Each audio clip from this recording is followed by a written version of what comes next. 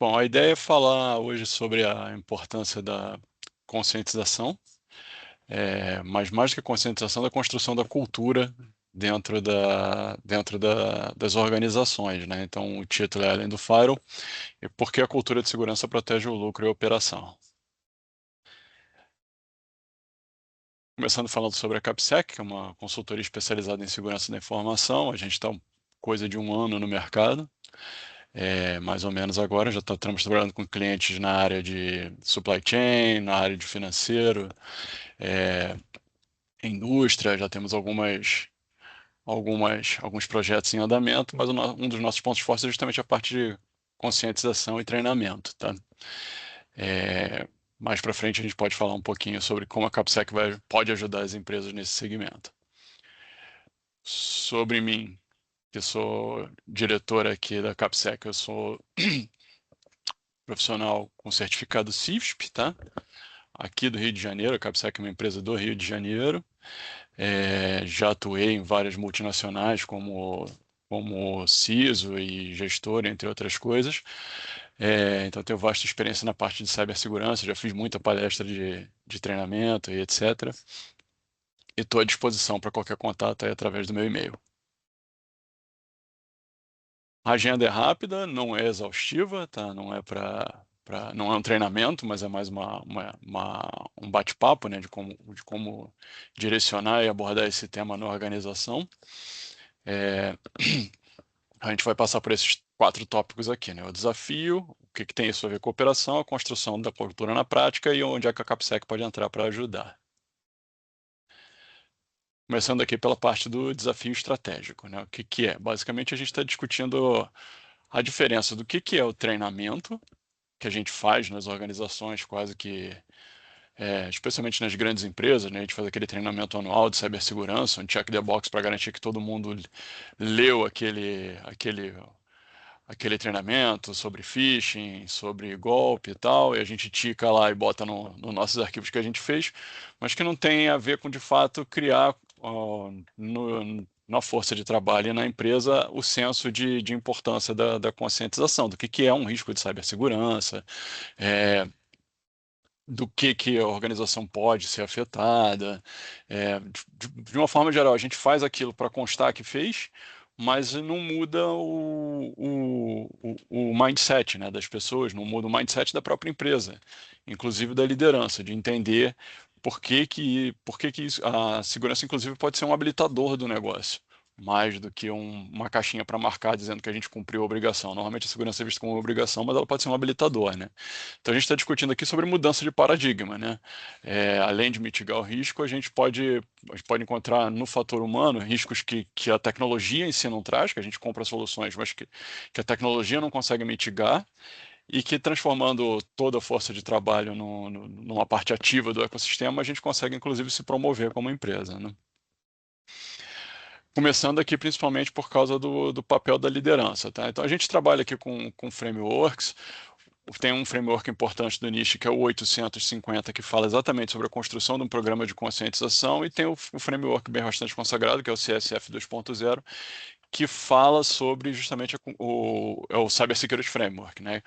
Que determina melhores práticas de segurança da informação para as organizações. O NIST é uma organização dos Estados Unidos, é como se fosse uma BNT de lá, que lança normas técnicas, e é muito utilizado pelo mercado como guia, né?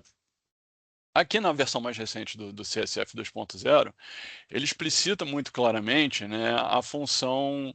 Ele criou uma nova função, né, a função Govern, um novo domínio dentro do Cybersecurity Framework, e esse domínio evidencia muito claramente a importância da participação da liderança na estratégia, através do exemplo. Tá? Então, o que ele passa a delinear? Passa a delinear o papel da liderança como justamente o impulsionador da cultura de segurança na empresa. Então, hoje, quando a gente faz uma avaliação de segurança de uma organização com base no NIST, a gente considera é, de forma estratégica a atuação da liderança como habilitadora da segurança, e mais do que isso, habilitadora, mas também embaixadora da segurança na organização, tá? Então, aqui na CapSec, por exemplo, quando a gente faz um assessment de segurança, uma avaliação de segurança para uma empresa, a gente faz uma entrevista específica justamente com a liderança da empresa, né, com o CEO ou algo assim, para trazer a visão desse público sobre como a segurança está funcionando, especialmente nessa parte de conscientização, para entender como ela entende o risco, como a organização lida com os riscos, como a organização conversa sobre segurança e por aí vai, tá? Se tiver pergunta, gente, pode colocar no chat que eu consigo ler, tá? Vamos lá. Continuando aqui. O que a organização ganha?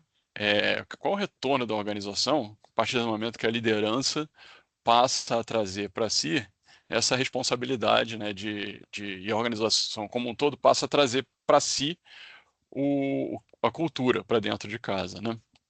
A cultura de conscientização. E sai daquele check the box, como eu falei mais cedo, de fazer o treinamento, né?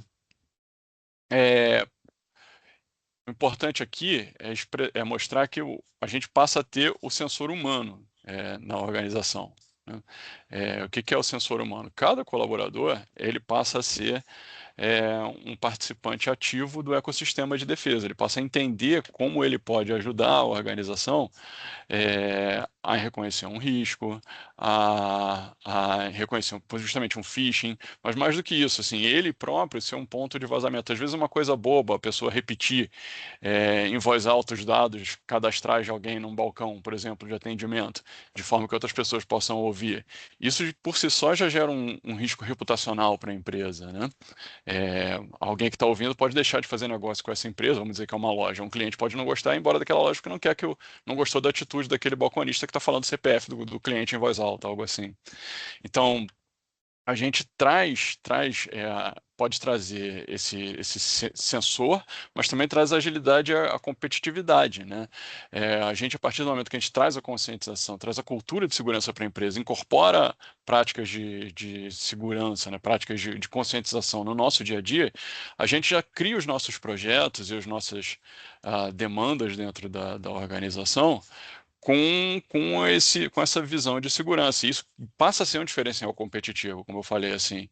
O mercado ele consegue enxergar isso como uma vantagem, como um parceiro mais habilitado para a gente trabalhar, né? E aí que entra justamente a proteção do EBITDA e do valor de mercado, justamente. A gente cria valor para a empresa quando o mercado percebe que está lidando com um parceiro seguro, igual como a segurança patrimonial mesmo, né? Quando você entra num ambiente, você procura, num hotel, por exemplo, procura ver se aquele ambiente tem a segurança adequada, se você se sente seguro ali dentro, a mesma coisa vale para os dados, né, para um parceiro de negócio. E aí, justamente, a gente está falando, o que é o lucro? O que o lucro e a operação tem a ver com isso, né? Primeiro, o óbvio, né? A gente traz aqui dados desse trabalho, né, da IBM, do Ponemon Institute, que fala sobre o custo do clique, né? O custo do vazamento de dados, né? A gente tem um custo médio estimado no Brasil, de acordo com esse trabalho, de mais de US$ 1 milhão por um vazamento de dados, tá?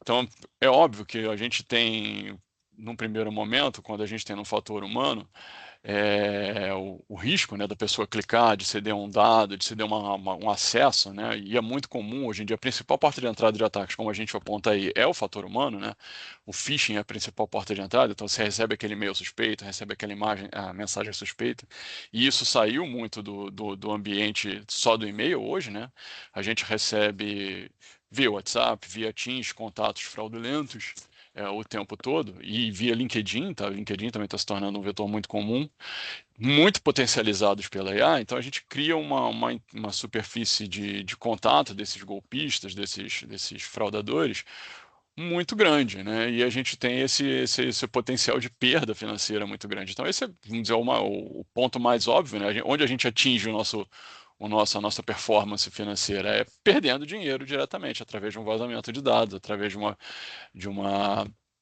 de uma paralisação, etc., né?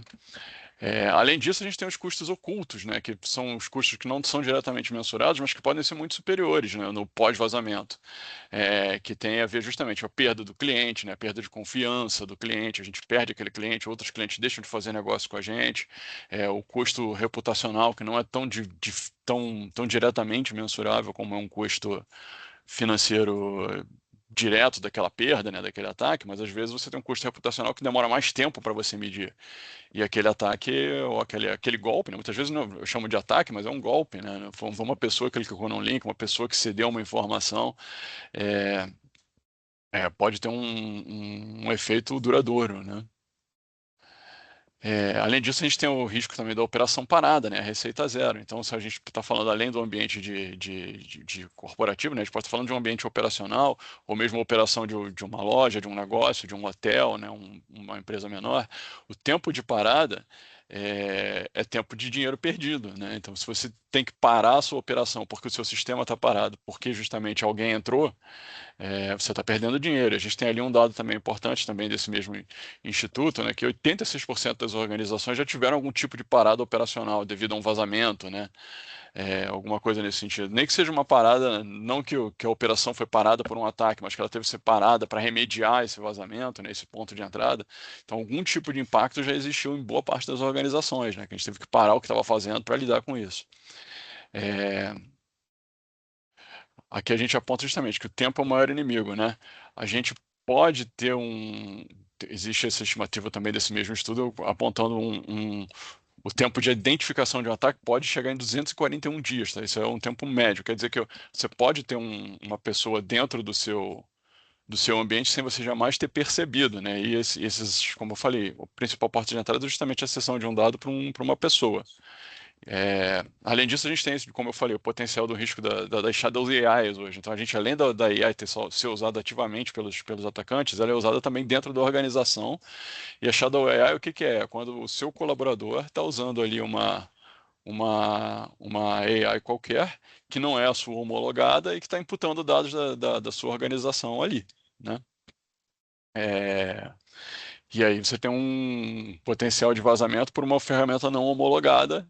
E ó, tem esse dado aí, um custo extra de 670 mil por incidente devido à criação de novos pontos cegos, né? Você não está nem mapeando que o cara está usando aquela AI. Continuando aqui. Mas aqui é a parte interessante, né? A segurança que alavanca, confiança e crescimento, né? É, Aqui a gente começa a falar justamente de por que a segurança potencializa, né? É, Primeiro, o mito do orçamento, né? A gente cria aquelas linhas orçamentárias de proteção, compra as ferramentas e vem com aquela ideia de que é, a gente mitigou qualquer risco residual ali, está tratado. Não, não, a gente tem riscos residuais que tem mais a ver com isso, com a maturidade cultural da equipe. Então você pode ter ali o seu EDR mais sofisticado, você pode ter um DLP funcionando, mas você tem um funcionário que está trocando informações pelo WhatsApp e que num ambiente não monitorado você está criando uma ponta de risco ali, né? Então não é só o orçamento que você aporta. A gente está falando aqui de uma criação de valor em cima de confiança digital, né?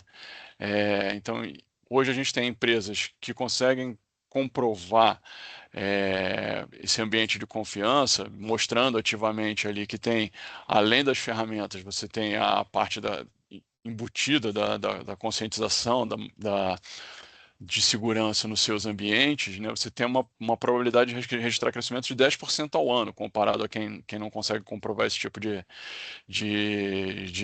atividade, né? Por que isso? Justamente porque você cria uma sensação de confiança no seu cliente. Seu cliente vê que tem as práticas de segurança não são só ferramentais, mas que estão ali embutidos no dia a dia. E isso vale também para pequenas e médias empresas, tá?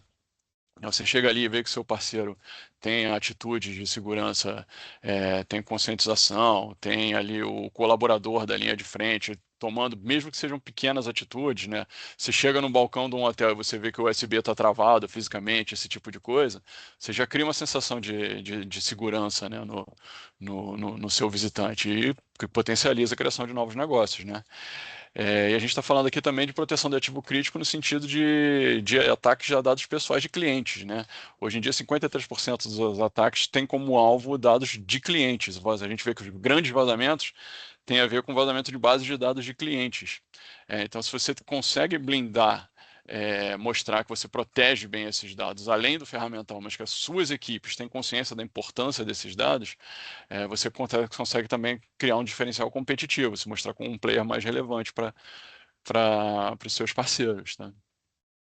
E quando eu digo parceiros e clientes, eu não estou falando só B2B, estou falando cliente final também, né? Alguém que possa querer comprar um produto ou serviço da sua empresa, como um hotel, como uma escola, por exemplo, ele pode ter isso em mente, né? Como é que está tratando os dados do meu filho nessa escola? Como é que está tratando os dados dos nossos hóspedes, etc.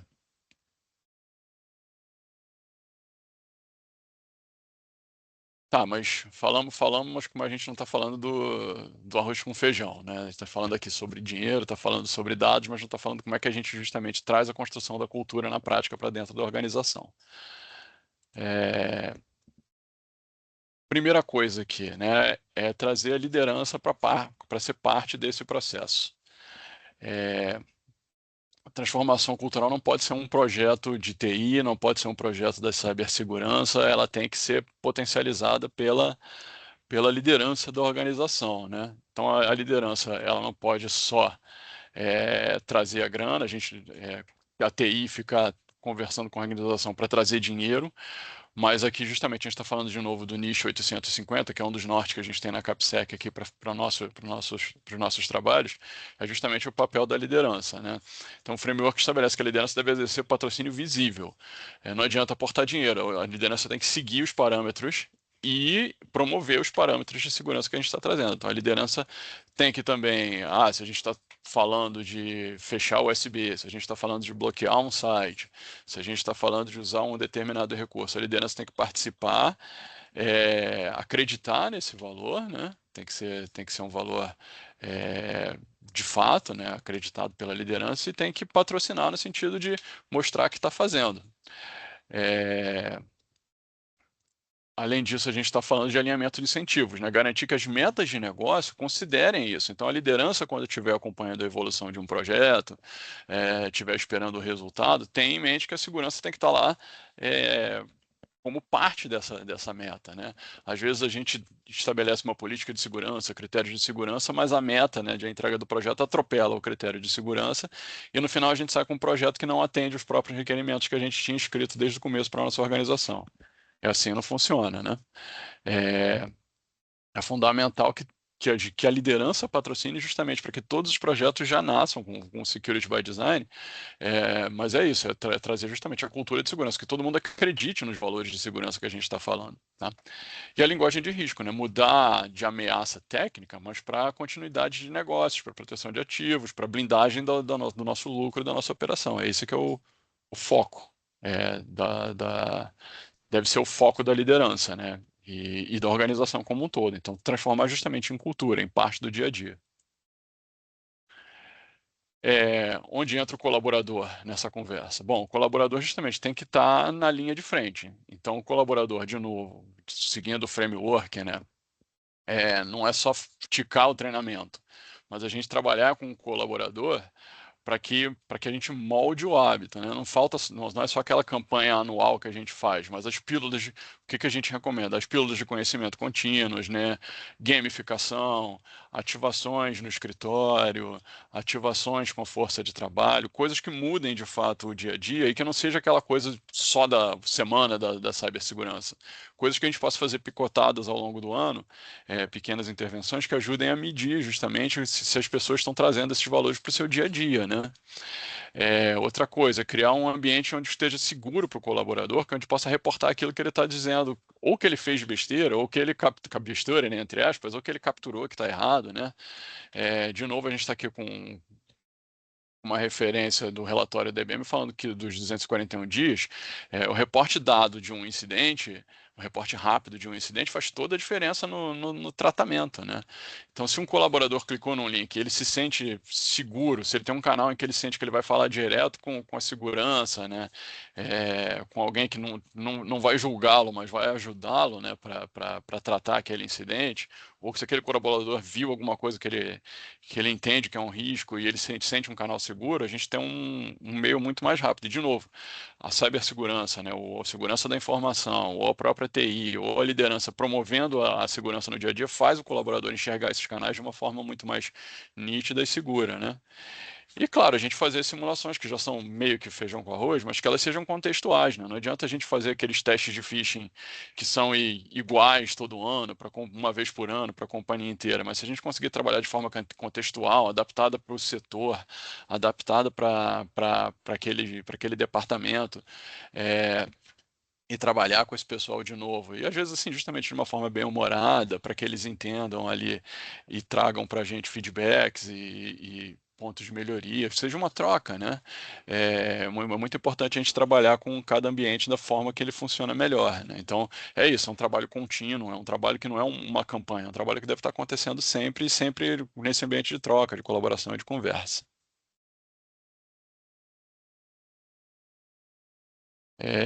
Vamos lá. Outra coisa importante é o cliente, né, como agente da cultura. Então, hoje a gente trata aqui do modelo de responsabilidade compartilhada, né? A gente está falando do cliente tanto no ambiente B2B como B2C, tá?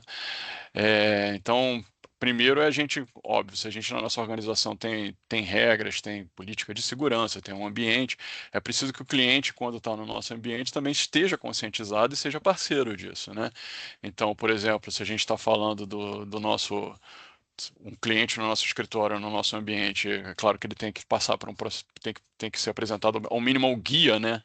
Um documento guia do que é a nossa política da informação, não precisa ler tudo, mas um guia básico, e a gente na Capsec ajuda a construir esse tipo de material também, né? Um guia para terceiros, de segurança e de TI, né? Mas também a gente está falando do cliente que acessa os nossos portais, que acessa os nossos ambientes B2C. É bom que ele entenda ali, quando ele estiver criando o cadastro, a gente participe também de uma pequena conscientização, coloque umas pílulas de conhecimento nas telas de cadastro, para que ele entenda o risco, né, de usar um portal, para que ele entenda o risco de acessar usando um Wi-Fi público. Por que não trazer o cliente, que hoje também é uma porta de entrada, para dentro dessa conversa? E isso falando também de outros tipos de ambientes, né? A gente pode estar falando de ambientes físicos mesmo, né? Hospitais, escolas, né? Onde a gente pode trazer centros de treinamento, onde a gente pode trazer a dinâmica do cliente, né?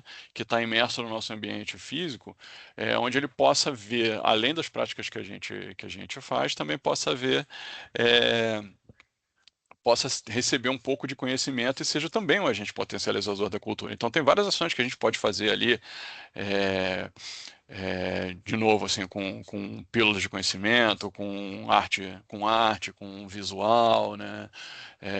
Dependendo do ambiente, da dinâmica, a gente pode fazer, por exemplo, num centro de treinamento, numa escola, pode fazer uma dinâmica com os alunos, né? Numa universidade. Tem vários tipos de intervenções que podem ser feitas para ajudar a conscientizar a esses públicos também, né? E a cultura, como a gente está aqui também, de novo, como potencializadora, gerando fidelização, né? Aquele cliente que está num ambiente para comprar um produto, e, além de tudo, ele sai com uma crença de que aquele ambiente é mais seguro, que aquele ambiente é mais zeloso com aquele cliente, com ele mesmo, né? E que, além de tudo, está oferecendo uma coisa que ele nem tinha contratado, né? Que é um pouco de informação, de conhecimento, e essa sensação de parceria que a gente constrói, se fideliza esse cliente também pode se tornar um potencializador das suas vendas, né? Então, a ideia é que o cliente também seja um parceiro nosso, e a gente quer trabalhar dessa forma. Então, oferecendo materiais, oferecendo planos que ajudem a conscientizar e a trazer o cliente para junto da organização. Tá? Aqui tem algumas referências da confiança digital, desse estudo da McKinsey, por exemplo. Tá? Qualquer coisa a gente pode compartilhar esses materiais depois.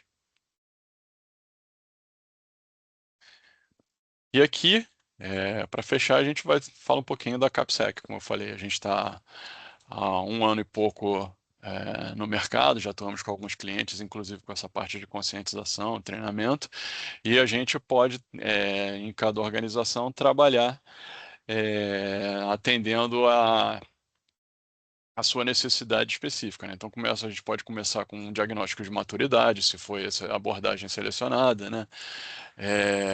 Utilizando, de novo, frameworks estabelecidos de mercado, a gente não inventa nada da orelha, existem coisas que a gente pode usar para já consolidados, para dar para a gente insumos adequados, né? Mas a gente faz isso de uma forma bem customizada para o cliente, onde a gente pode identificar justamente gaps de comportamento, percepção de risco e criar programas de conscientização que sejam contextuais, que sejam adequados para o seu ambiente, para o ambiente de cada cliente, né? Então, eu falei, não dá para tratar um hospital da mesma forma que a gente trata um escritório, que a gente trata um hotel, que a gente trata uma escola e por aí vai.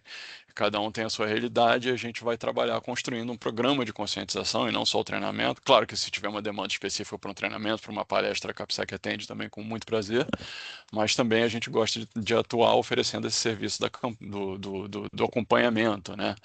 É, da elaboração do programa de conscientização. E além disso, também a gente tem os nossos programas de governança e estratégia, em que a gente pode tratar isso também com a abordagem do VCISO, né, com a terceirização do CISO, né, do Chief Information Security Officer, trabalhando como um parceiro contínuo da empresa, revisando seu programa de segurança da informação, se for esse o caso, dando abordagem, de novo, 100% customizável, sempre baseados em frameworks de mercado consolidados, e estando ali mais continuamente do lado, não só num projeto pontual, mas podendo estar acompanhando a organização o tempo todo. Tá bom? Aí aqui eu abro para dúvidas e perguntas. Se alguém quiser colocar alguma coisa, pode colocar ali no chat, tá, gente? Tô vendo aqui um comentário do Gabriel falando sobre liderança, com certeza, né? É fundamental para atingir os resultados. É fundamental, Gabriel. Sem a liderança a gente não progride, né? Fabiano perguntando, como é que a gente pode demonstrar para a alta administração que boas práticas de segurança são fundamentais para o negócio? Cara, a gente está falando de um fim do dia de dinheiro, né? É, a, a liderança, dependendo do negócio, a liderança nem sempre enxerga o, o, o valor da cibersegurança, né? Especialmente para empresas que não são do ramo de tecnologia, muitas vezes elas têm operações, né? Ou, às vezes tem um ambiente ali de tecnologia que é só endpoint e 365, né? E a empresa não vê, a operação dela mesmo é analógica, vamos dizer assim. O cara não vê ali no dia a dia dele o risco de cibersegurança, né? Não vê por que ele tem que trocar senha, esse tipo de coisa. A menos que a gente demonstre que ele pode não só não perder, como ganhar. Então, eu acho que é isso que a gente tem que demonstrar para a liderança. Primeiro, o risco, óbvio, né? Que mesmo que você só tenha um 365, dentro daquele 365 ali, você tem seus dados, você tem os seus dados sensíveis, tem seus acessos, você pode ter uma paralisação, mas também mostrando ali, através do seu programa de conscientização, é, de uma acreditação, mostrando ali que você de fato tem ali a conscientização no seu dia a dia. E de novo, na CAPSEC a gente vai trazer, por exemplo, na execução de um treinamento, você vai ter ali o relatório, na execução de um programa de conscientização, você vai ter os relatórios que acompanham a elevação de maturidade, algo que você possa demonstrar para os seus clientes que isso é algo que você já tem ali no seu dia a dia e o seu cliente vai valorizar isso no momento de uma contratação, né? Então é mostrar em números, em dinheiro. É isso aí.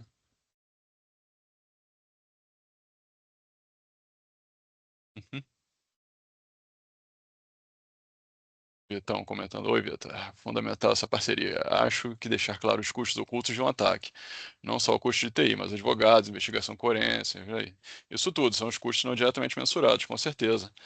É, a gente mede ali o custo óbvio, né? Às vezes de um resgate de dados, de subir um backup, mas tem tudo isso. E tem também o risco reputacional, né? Que é muito mais difícil de medir, mas é mostrar para a liderança que isso tudo existe, né? Concordo 100%, Vitor. E isso você falou também, tem que pagar, às vezes tem que pagar um advogado, né? Esse tipo de coisa que não está medido diretamente no ataque, mas é um custo. Maravilha, maravilha.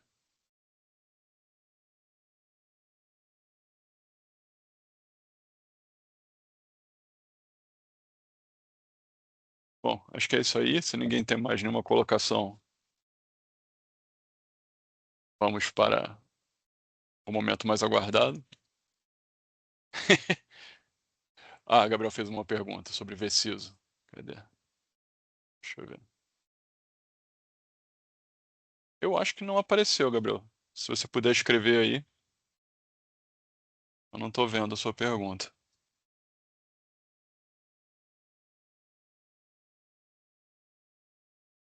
Ah, sim, sobre como funciona o Veciso. Sim, tem.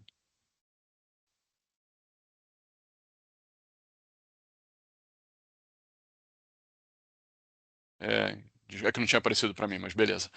É, olha, tem mais de uma forma de abordar isso, mas de uma forma geral pode ser tratado sim, como um pacote de horas que a gente fecha. A gente tem modelos funcionando assim já, tá? Que negocia um pacote de 10, 20 horas, alguma coisa no sentido de FTE mesmo, alocadas e elabora com o cliente como ele prefere usar. Então a gente pode fazer cadências mensais, acompanhamento do roadmap, é, incluir o projeto de conscientização. Então, para o cliente que não queira ter um acompanhamento de cibersegurança, mas não tem necessariamente os recursos ou a demanda mesmo para ter um CISO dedicado, contrata um serviço de VCIS e esse VCIS acompanha em paralelo, por uma fração de tempo, uma fração de orçamento, passa a ser o CISO dessa organização. Tá?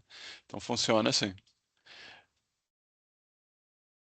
A gente, claro, pode customizar essa oferta de acordo com a necessidade do cliente, mas o mais comum é fazer por um pacote de horas mesmo.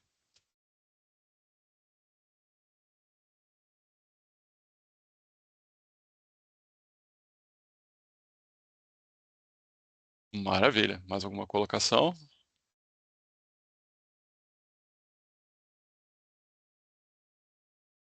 Então vamos. Maravilha, obrigado, pessoal. Vamos fazer